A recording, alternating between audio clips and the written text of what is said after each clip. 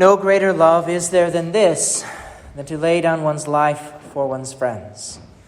Today we begin the most important week in the life of the Christian, Holy Week. During Holy Week, we recall the culmination, the finale, the summit, the highest point of the life of Jesus Christ. And so things happen a bit differently as we gather here, Mass today. We begin at the back with the short gospel of Jesus' triumphal entry into Jerusalem. The palm branches recall to mind that. We sing with joy as we process forward. And now we hear the much longer gospel, the entire account of the Last Supper, Jesus' arrest, his trial, his carrying of the cross, his crucifixion, his death, and his burial. It stops just short of what we'll celebrate with great joy next Sunday. Jesus is rising from the dead. And these are the most important things that happen in the life of Jesus, the most important events in the life of every Christian. These are really the most important events in the entire human history. Why is that? Because Jesus becomes the answer to everything. Who am I? What am I made for? What is love all about? Jesus Christ is the answer. No greater love is there than this, than to lay down one's life for one's friends.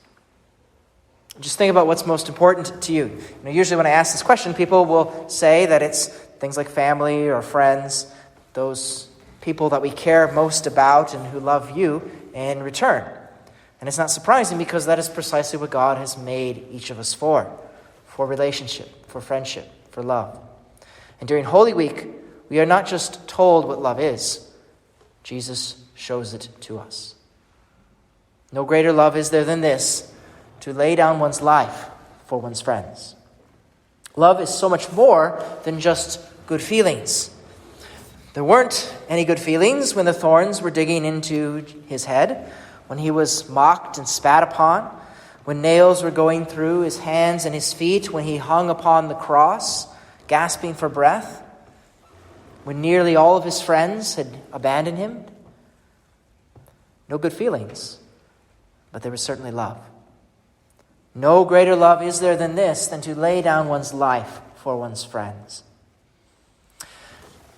I enjoy a good movie every so often. I find the best ones, the most exciting, the most profound ones, have some kind of struggle between good and evil when the main character has to go through great difficulties at times, making great sacrifices, even almost to the point of suffering death themselves, in order to save the life of the one or ones that they love.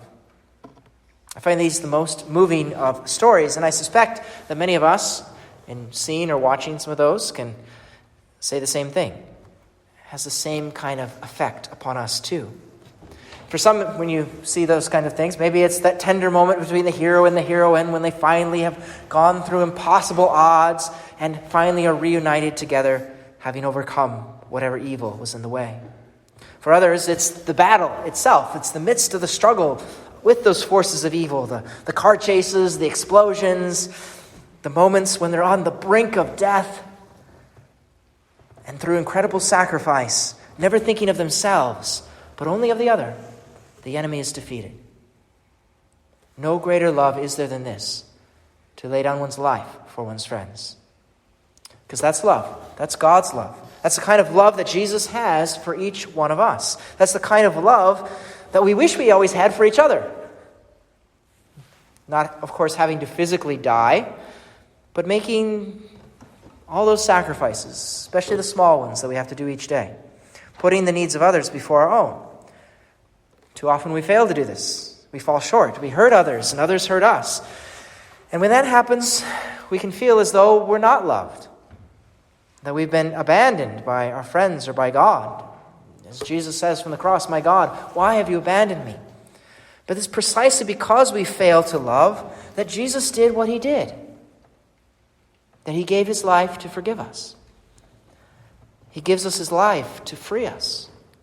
He gives us his life so that we would know that we're loved. and that we would be filled with the very love of God himself, which enables us to then love others. Enables us to be able to die to selfishness and to put others first. Most of the time, not in extraordinary ways like dying upon the cross, but in those small everyday ways. Going out of our way for a kind word or deed, spending time listening to a friend. No greater love is there than this, than to lay down one's life for one's friends.